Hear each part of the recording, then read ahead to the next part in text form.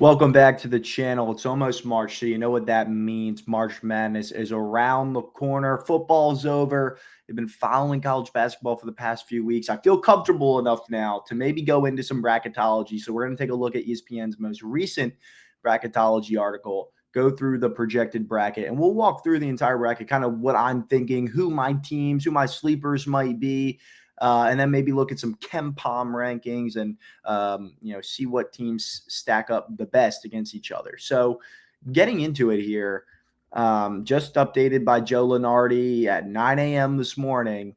And the first thing that we're met with is, kind of a shock to a lot of casual college basketball fans, but even hardcore college basketball fans who had North Carolina as a top 10 team in the preseason. They're the first team out right now. And honestly, I think that's generous. This is a weak ACC this year. This is a conference with three tournament teams: Duke, Clemson, and Louisville. And North Carolina, I guess, is the fourth best odds in this conference. They are not a good team. You cannot have double-digit losses in this conference, which is super, super weak this year, and expect to get in. I guess I didn't even see right next to it, Wake Forest is the last team. So North Carolina is the fifth best in the ACC. Wake Forest, I'm not too familiar with them. I'm not going to lie. So we'll look into kind of what they're doing right now and if they really deserve to be the last team in. But North Carolina, how disappointing is that if you are a UNC fan? On the bubble, I'd just like to look at this. You got Indiana with Mike Woodson in his last year on the way out. And kudos to them for still competing, honestly. When your coach is leaving at the end of the year, basically gets fired, and you're still competing to try and get into the tournament. They could get a big win down the stretch and maybe find their way in the last four. Nebraska, tough loss to Michigan last night. Defensive battle, I think it was like 49-46. So they're just in right now. Oklahoma, they fell down this year a lot. San Diego State, last four buy-in. The Mountain West, I think, has three teams right now in the tournament: New Mexico, Utah State, and then San Diego State. And Boise's right there, too. They could be a four-bid league this year, which is pretty interesting. I'm surprised Ohio State is in. They're another double-digit loss team. I know that the bubble is really, really weak this year, but Ohio State, man, they just don't look good. They lost to Northwestern. They lost to somebody else they shouldn't have lost to. It's escaping me right now. The SEC is very talented, though. And Oklahoma, Arkansas, Texas, I think they deserve to be on there. They are bubble teams. So we'll see. Wake Forest. I do want to check out Wake Forest here. They are the last team in. They're 19-8. They are fifth right now in the conference, right along with SMU. SMU actually has not versed a team above 500 on the road, I think, this year. I saw some sort of stat like that. Might be wrong. So Wake Forest, big win against Michigan early in the year. Michigan's a good team. They lost to Xavier, who's on the bubble. Lost to Florida, all right. Texas A&M.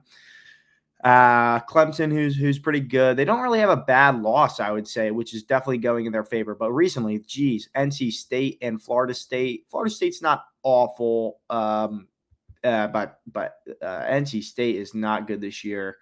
They're 11-16 this year. So that's a really bad loss. They do pick up a win against SMU, who's on the bubble. But they have a marquee win earlier in the season. But it's been a while. It was only by 2 points. So this team is kind of, they've got one more chance really against Duke to see if they compete. But that's really interesting to me because, North Carolina, they have a lot of losses. Kansas, who's unranked now, it's not a great loss. Auburn right up there, Michigan State, Alabama. These are three good teams.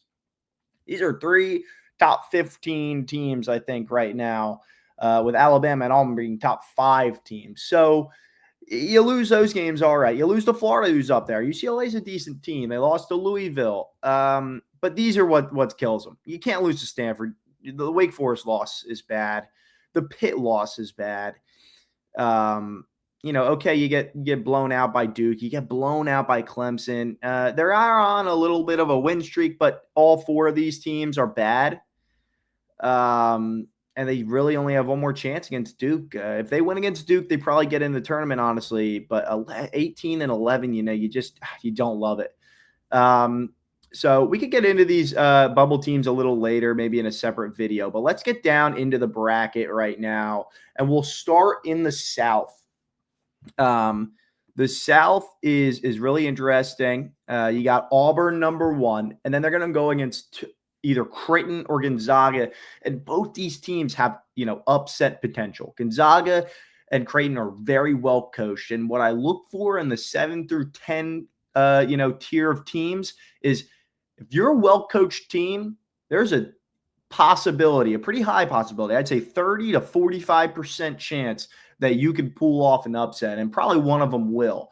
Because if you're well coached, and you can see it in UConn in the East, you're a good team. Doesn't matter what you've done the whole season. If you've been there before, if you've been in the Final Four, if you've made runs, and you're that coach, I believe in you to get big wins, no matter who's on your team. You've seen it with Kentucky before, UNC, Syracuse. Who else did it? UConn, So getting back to the South, I got Auburn obviously moving on. I'm going to take Creighton. I think Creighton's still a decent team. They've had some bad luck in the Big East. Gonzaga, I don't know what's going on with them this year. I'm not too familiar with what they've been doing. But let's take Creighton. Oregon and Drake. Drake's going to be a really interesting team. I think Oregon is a little bit, they got a big win against Wisconsin a few weeks ago, or I think last week, which is moving them up, but they're an interesting team. Drake's dangerous like always. Arizona, who I'm a big fan of this year. Big fan of Arizona. I think they got off to a bad start, and they really, really come around outside of this bad loss against BYU. Akron's a dangerous team, though, too. Taking a look at Akron, they seem to always be in it. They lost to St. Mary's, who's a really good team this year. Bad loss to Milwaukee. Yale's all right. Princeton as well, 1-point loss to Princeton. They don't really have a great win, when you're looking at, some of these teams that are these mid-major teams. But look at this MAC schedule. They finally lost to Ohio, but they went, basically a month and a half without a loss, and they were blowing teams out doing it. Their closest game in the MAC was the first one against Bowling Green, and then Central Michigan, 3-point games, both on the road, mind you, too. So this is a good team. I don't know if they have what it takes to beat Arizona. Arizona is pretty good. Kansas is a 6 seed still. That's surprising. They're unranked now. That would put them at a top 24 team. They are unranked. And Ohio State's not good either. So, I guess I take Kansas. Again, Kansas is one of those teams well coached by Bill Self. A lot of talent on that team. You probably take them to go decently far, just because they're well coached. And I think coaching is kind of an overlooked sort of thing in March Madness. If you have a good coach, I'm more inclined that you're going to be comfortable and composed and have the strategy to win those games in March, because you just know what it takes to win. And Bill Self's one of those coaches. Moving down, Memphis and Vanderbilt, Michigan State and Robert Morris. So out of these teams, Auburn definitely you're looking at. I'm not huge on Auburn. I love Bruce Pearl. I think Bruce Pearl is a great coach. And obviously Broome is probably player of the year. But Auburn, Creighton, that'll be a toss-up game for me. I'll probably take Auburn. I think one of Drake, Akron are going to upset one of those two teams. I'll take Arizona to win, but let me take Drake. Arizona gets to the Arizona-Auburn game in the Sweet 16. I'll take Kansas and Kentucky. I'm a big fan of Kentucky, but that'll be a tight game. A lot of talent on both those teams that have disappointed a little bit this year. I'll take Kentucky just because they've been more battle-tested in the SEC. Memphis, Vanderbilt. I'll take Vanderbilt over Memphis. Vanderbilt's had some surprising wins in the SEC in big moments. Let me take them in Michigan State, too, over Robert Morris. I like Michigan State a lot. Tom Izzo, it seems like maybe one of those last years that he has a good enough squad to make a deep run in March. I'll take Kentucky and Michigan State in the Sweet 16 there. I'll just go, 1 through 4, and maybe Arizona beats Auburn, maybe Kentucky beats Michigan State, but you don't really know. Obviously, these are not going to be what it is. Just kind of looking at how these teams match up, where they're going to be at in March.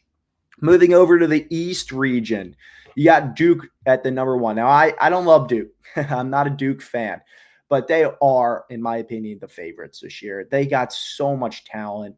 I don't think it's the same kind of situation as it was with Zion and Cam Reddish and RJ Barrett. I just think Cooper Flagg, the offense is definitely more focused around him, and they're more well balanced. I think John Shire, he's a great coach. I think it might be Duke's turn this year, finally, for them to get back to the Final Four, get back to the national championship, and probably compete to win it all. I think they probably breeze through those first 2 rounds. UConn probably gives them a little bit, but if it's Duke UConn, I'm taking Duke all day.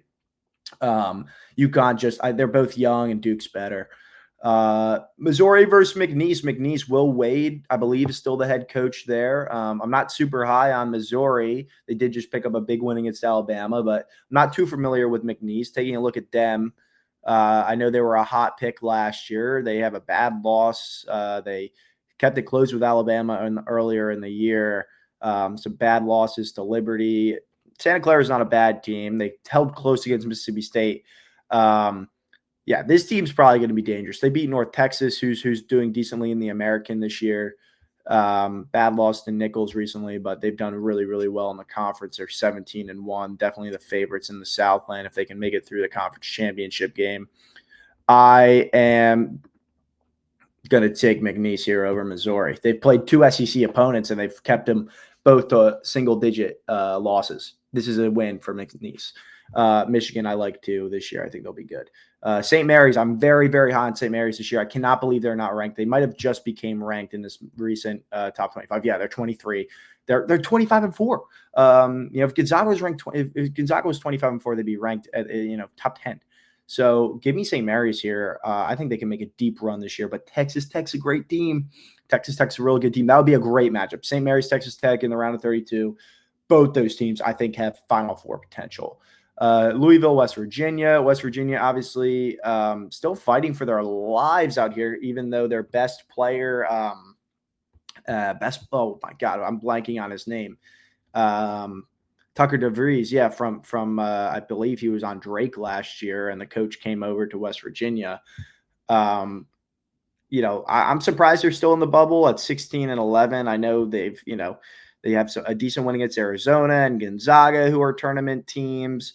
A bad loss to Pitt earlier in the year, but they have really struggled in Big 12 play, and they do not have a good win outside of Iowa State, who has kind of stumbled as of late, and Kansas on the road, which is a big win. But I'm not sold on this team. I don't think they're going to make the tournament, honestly. They don't have enough star power. They don't have enough offensive ability, I think, to be a decent Louisville team. I'll take Louisville and Tennessee there. So McNeese, Michigan. Give me McNeese, a little Sweet 16 run there against Duke. It'll end. St. Mary's, Texas Tech, that's a 50-50. I'll go St. Mary's for the hell of it. Louisville, Tennessee, give me Tennessee. And go Duke, St. Mary's in the Elite Eight, and Duke probably makes a run. Moving on into the West, I'll speed it up a little bit here. Florida, Omaha, I think we know how that's going to go. BYU's moved up to an 8 seed after beating Arizona. That's a big win for them. But Utah State is one of the best stories in college basketball. They're 24-4, another first-year head coach. They win games. And that UC San Diego loss is not as bad as you think. UC San Diego is a sleeper team this year.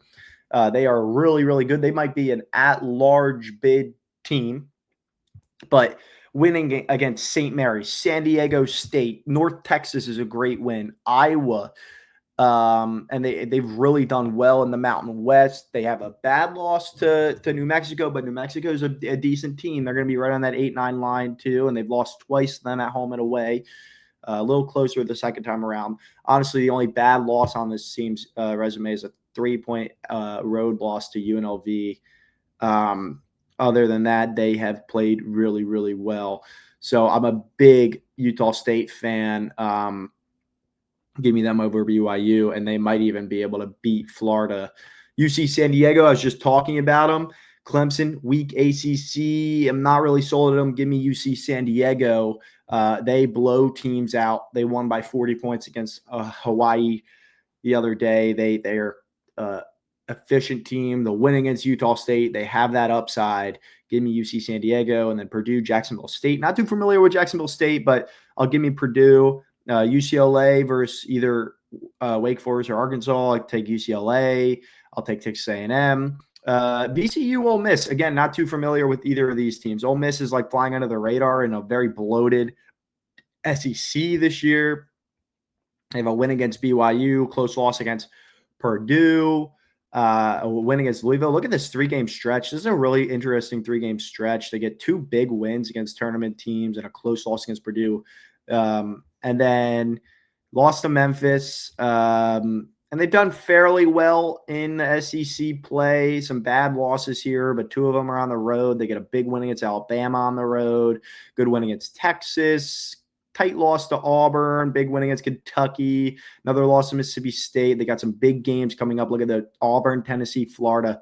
2 of them are on the road. That is going to be a very interesting finish. But this is a tournament team. VCU is, an A10. A10 always seems to be pretty good. They're 22-5. This George Mason team's right on the line too. Miami, it's an all right win in Boston College. Not good losses here. New Mexico, okay.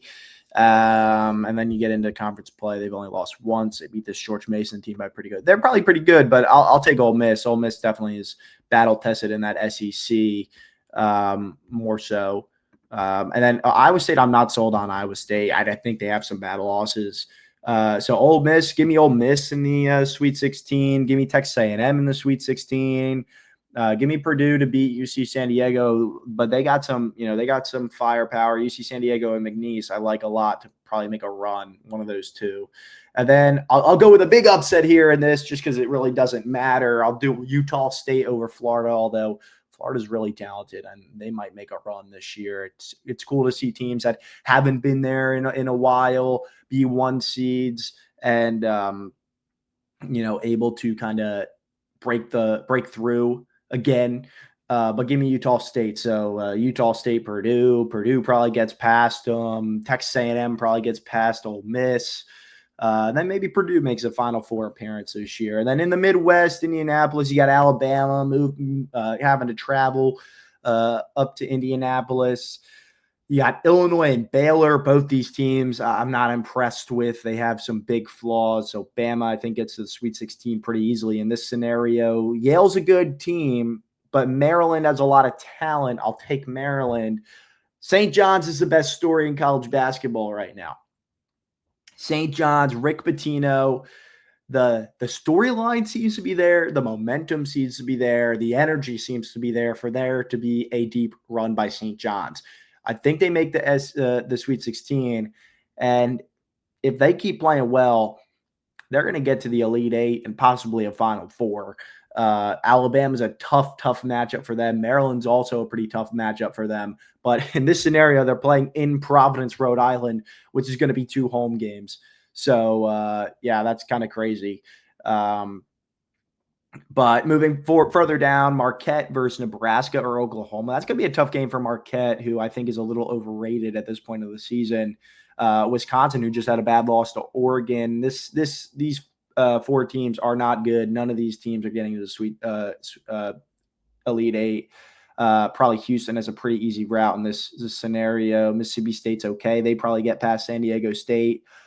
Houston, I would take, probably go into the Elite 8 pretty easily to verse St. John's or Alabama. But I'll take Houston to go to the Final Four. They are by far, probably not by far, but the best analytical team this year. You know how that usually goes. They get thrown out the window, but numbers mean something, and that's what I try and think of going into March Madness is numbers do mean something. You can't live and die by them, but they do mean something. And Houston is in, SEC and Big 12, super, super good. Both those conferences have high ceilings this year. Big 10 is a little more depth, but Big 12 and SEC have those high ceiling teams. And Houston has performed really, really well. And you just saw it on the road against Texas Tech. So that's a big win for Houston, to me, to prove that they probably are honestly a 1 seed. Once one of these SEC teams loses and Houston probably wins the Big 12 tournament, I think they move up to a 1 seed. But in this scenario, they're a 2 seed. So my Final Four in this scenario, probably Auburn, Purdue on this side, and then Houston, Duke, which is honestly, to me, for the championship, I think Duke and Houston are probably the 2 best teams right now, in my opinion. I'll take Duke and Auburn. I'll take chalk and just give me Duke. So that's it for me. That's this week or today's bracketology breakdown. There's a lot of interesting stuff. We'll probably get into more team-specific breakdowns as we move forward through getting closer to the bracket reveal. As you can see, the conference breakdown here. Honestly, really impressed by the Mountain West with 3 teams that could possibly get 4. They're basically going to be rivaling the ACC in terms of conference pedigree, as well as the Big East. However, they just don't have that upside. I think St. John's is going to win the Big East, and we can get into kind of who the conference champions will be. But that's Bracketology from ESPN. Like, comment, subscribe. We'll be back soon with some more college basketball content.